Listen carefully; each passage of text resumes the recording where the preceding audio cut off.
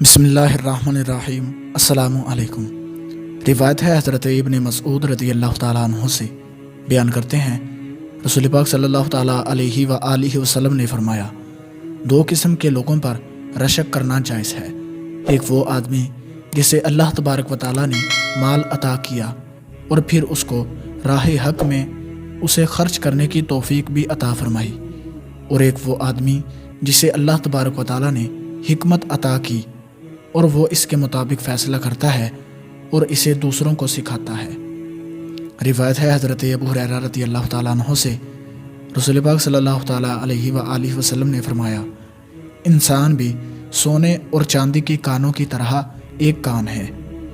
ان میں سے جو دور جاہلیت میں اچھے تھے وہ اسلام میں بھی اچھے ہیں، بشرطے کہ وہ دین میں سمجھ بوجھ پیدا کریں۔ حضرت معاویہ رضی اللہ تعالیٰ عنہ بیان کرتے ہیں، رسول پاک صلی اللہ تعالیٰ علیہ وآلہ وسلم نے فرمایا، اللہ تبارک و تعالیٰ جس کے ساتھ بھلائی کا ارادہ فرماتا ہے تو اسے دین کے متعلق سمجھ بوجھ عطا فرما دیتا ہے۔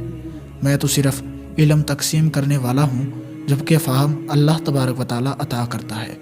دوستو، اللہ تبارک و تعالیٰ سے دعا ہے کہ اللہ رب العزت ہمیں ان حدیث پر عمل کرنے کی توفیق عطا فرمائے۔ ملتے ہیں کسی اگلی ویڈیو میں، تب تک کے لیے اللہ حافظ۔